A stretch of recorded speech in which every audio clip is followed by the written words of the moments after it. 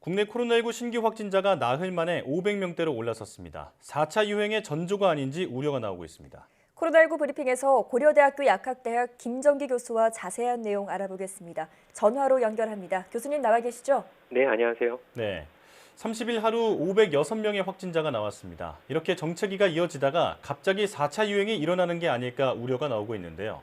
교수님께서는 어떻게 보고 계십니까? 말씀하신 대로 신규 확진자 규모가 나흘 만에 다시 500명대를 보이면서 400명대에서 소강 상태를 보이던 코로나19 상황이 다시 재확산하는 양상을 보이고 있거든요. 예, 이 3차 유행이 종료되었다고 보기에는 그동안 신규 확진자 규모가 여전히 상당한 규모를 유지하고 있었습니다.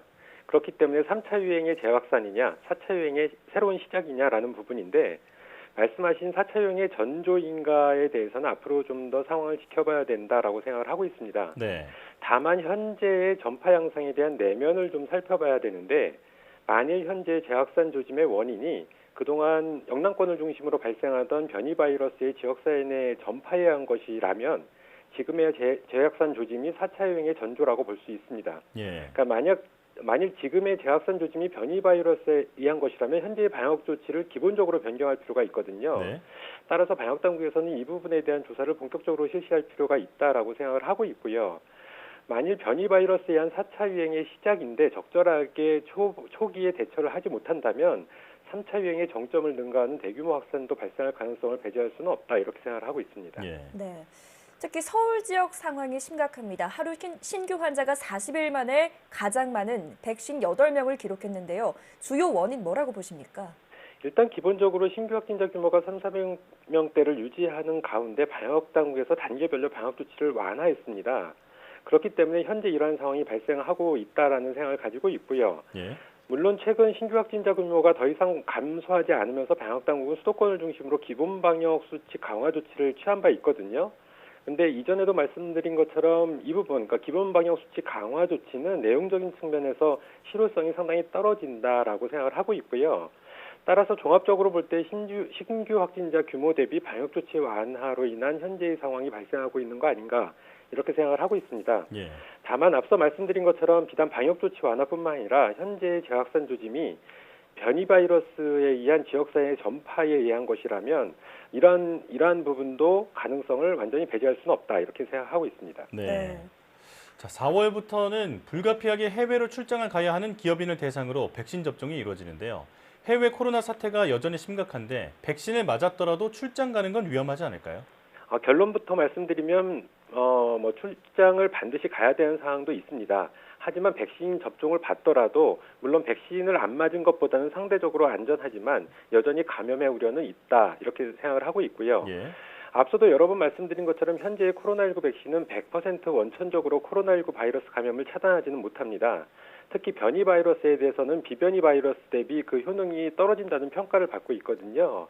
그렇기 때문에 백신 접종을 받는다고 하더라도 안심할 수는 없는 상황이다 이렇게 생각을 하고 있고 예, 현재 우리나라는 시행하고 있지 않습니다만 마치 백신 여권처럼 해외를 방문하고 돌아온 백신 접종자들에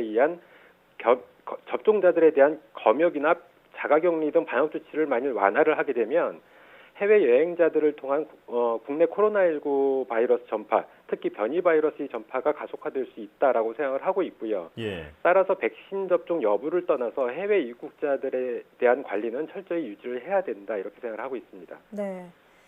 정부가 아스트라제네카 백신 접종 간격을 늘리고 또 2차 접종 물량을 1차에 우선 사용하기로 했습니다. 백신 수급에 차질이 생긴 데 따른 궁여지책인데요. 어떻게 보십니까? 현재 아스트라제네카 백신뿐만 아니라 다른 제약사의 백신들에 대해서도 명확한 도입 일정이 불분명한 상황이거든요. 아스트라제네카 백신 1, 2차 접종 간격을 얼마 전에 8주에서 10주로 변경한 바가 있습니다. 예, 여기에 말씀하신 것처럼 접종자 수를 늘리기 위해서 2차 접종 물량을 1차에 사용을 하게 되고 지금 경우에 따라서는 물량이 제때 들어오지 못하면 기존 10주인 1, 2차 접종 간격을 최대 12주까지 연장하겠다는 방침인데요. 네, 그러면 반드시 12주 이내에는 2차 접종을 해야 되는 상황이거든요. 네. 그런데 2차 접종 시점까지 물량이 제대로 확보되지 못한다면 어떻게 할 것이냐? 이 부분에 대해서는 명확한 대책은 없다. 방역당국에서는 이러한 부분에 대해서는 문제가 없다라고 얘기는 하고 있지만 앞서 말씀드린 것처럼 백신 도입 일정이 명확하지 않은 상황이기 때문에 문제가 없다라고 장담할 수는 없는 상황이다 이렇게 생각을 하고 있습니다. 네. 따라서 기본적으로 2차 물량을 1차에 사용하는 것은 이러한 부분 때문에 문제가 있어 보인다라고 생각을 하고 있고 한 가지 더 말씀을 드리면 1, 2차 접종 간격이 12주를 넘는 거에 대해서는 임상시험을 하지 않았거든요. 그래서 이러한 부분에 대한 과학적인 근거는 없다. 따라서 12주 이내에는 2차 접종을 하는 게 바람직하다 이렇게 생각을 하고 있습니다. 예. 자, 이대로 가다간 정부가 목표로 제시했던 11월 집단 면역 달성이 어렵다는 의견도 나오고 있습니다. 어떤 보완책이 필요할까요? 말씀하신 것처럼 정부가 목표로 제시한 11월 집단 면역 달성이 어렵다라는 부분은 접종 시스템에 문제가 있기 때문에 발생하는 문제가 아니라 백신 공급 일정이 일부 차질이 발생할 가능성이 있기 때문에 제기된 부분이거든요. 예. 그렇기 때문에 당초 목표 달성을 위한 유일한 대책은 정부가 예정된 백신 도입 일정대로 백신을 도입하도록 최선의 노력을 다하는 방법밖에는 없지 않나 이렇게 생각을 하고 있습니다. 네. 백신 보급이 중요하다 이렇게 말씀해 주셨습니다. WHO의 코로나19 기원 조사 보고서에 대해서 여전히 많은 의문이 해소되지 않고 있습니다. 우리나라를 비롯해서 14개국이 우려 성명을 냈는데요. 코로나19 기원 밝혀낼 수 있을까요? 코로나19 바이러스 기원을 밝히는 부분은 현재 코로나19 팬데믹에 대한 대처 측면에서는 중요하지는 않습니다. 하지만 향후에 코로나19와 같은 또 다른 신변종 바이러스에 의한 팬데믹 재발 방지를 위해서는 반드시 밝혀야 되는 중요한 부분이라고 생각을 하고 있거든요. 예. 일단 코로나19 바이러스 기원을 밝히는 부분은 근본적으로 최초 환자가 발생한 중국의 협조가 관건인데 중국의 입장에서는 중국이 코로나19 바이러스의 근원지라고 확정될 경우 국가 위상이라든가 여러 가지 측면에서 불리한 입장이거든요. 네. 그렇기 때문에 지난번 국제조사팀이 중국을 방문했을 당시 전혀 협조를 하지 않았다라고 알려져 있고 심지어 협조가 아니라 원자료나 시료에 대한 접근권도 전혀 부여하지 않았다라고 알려져 있습니다. 그렇기 때문에 중국이 협조 없이는 코로나19 바이러스 기원을 밝히는 문제는 불가능할 것이다라고 생각을 하고 있고 예. 앞으로도 중국 정부는 협조하지 않을 걸로 제 개인적으로는 생각을 하고 있습니다. 예. 자, 지금 우리나라의 정체기가 이어지는 사이에 혹시 변이 바이러스가 퍼지고 있는 건 아닐까? 이런 면밀한 조사가 필요하겠습니다. 지금까지 고려대학교 약학대학 김정기 교수와 함께 코로나19 상황 살펴봤습니다. 교수님 고맙습니다. 네, 감사합니다.